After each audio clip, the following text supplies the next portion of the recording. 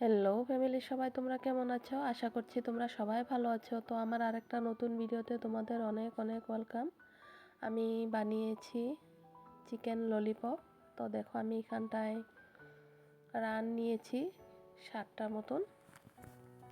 এটা ভালো করে অল্প পরিষ্কার করে ধুয়ে এখন অল্প ভিনিগার দিয়ে নুন দিয়ে আমি এটা 20 মিনিটের জন্য রেখে দেবো রেস্টে। তাতে ব্লাডগুলো সব পরিষ্কার হয়ে যাবে।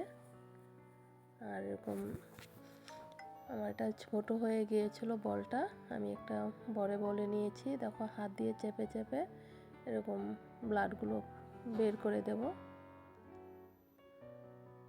এটা এরকম করে আমি রেস্টে রেখে দেব। তো দেখো, আমার এটা রেস্টে রাখা হয়ে গিয়েছিল। এখন আরও হাত দিয়ে আমি ব্লাডগুলো সবগুলো বের করে দেব, একদম পরিষ্কার হয়ে যাবে হাত দিয়ে চেপে চেপে। আর তোমরা কে কোথায় থেকে আমার ভিডিওগুলো দেখছো কমেন্টে জানিও। তো আমি এটা ভালো করে এখন ধুয়ে নিয়ে আসি।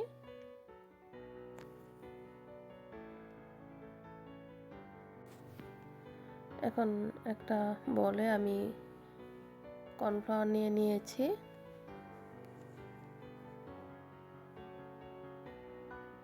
আর অল্প ময়দা দিয়ে দিয়েছি, একটু চিলি ফ্লেক্স দিয়েছি, একটু অরিগানো দিয়েছি, একটু হলুদ গুঁড়ো, একটু কাশ্মীরি লঙ্কার গুঁড়ো, একটু আদা রসুন পেস্ট, আর একটু শেজওয়ান সস, একটু সয়া সস,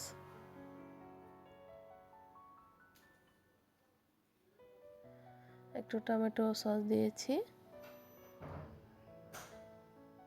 আর দুটো ডিম ভেঙে দিয়েছি এটাতে। দিয়ে পরিমাণ মতো নুন দিয়ে আমি ব্যাটারটা বানিয়ে নেব, গুলিয়ে নেব একটু জল দিয়ে। তো দেখো, আমারগুলো হয়ে গিয়েছে ব্যাটারটা। এখন চিকেনের রানগুলো আমি পরিষ্কার করে ধুয়ে এখন এগুলো ললিপপের শেপ দিয়ে নেব।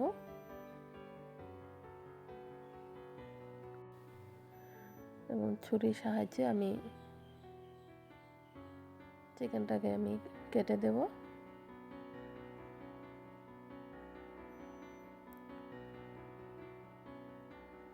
আর এভাবে বানালে ভিতরটা একদম জুসি হয়, মশলাগুলো পুরো ভিতরে ঢুকে যায়।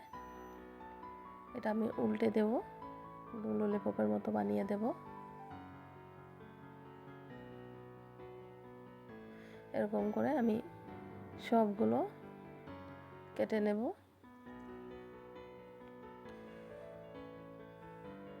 তোমরা কে কোথায় থেকে আমার ভিডিওগুলো দেখছো কমেন্টে জানিও।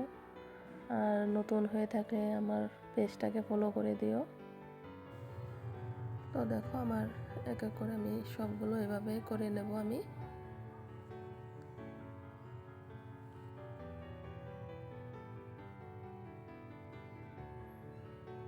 এরকম করে আর অল্প রেস্টে রেখে দেব। আমি এখন যে ব্যাটারটা বানিয়েছিলাম সেটাতে ডিপ করে আমি এক এক করে সবগুলো ভেজে নেব লো ফ্লেমে।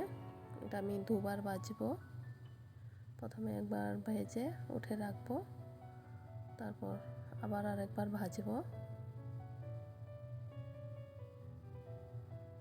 তাতে খুব ক্রিস্পি হয়। তো দেখো, আমি আবার একবার একদম লো ফ্লেমে ভেজে নিয়েছি, আমার হয়ে গিয়েছে। তাহলে এখনকার মতন আসি। সবাই ভালো থেকো, সুস্থ থেকো, দেখা হবে নতুন ভিডিওতে আমার।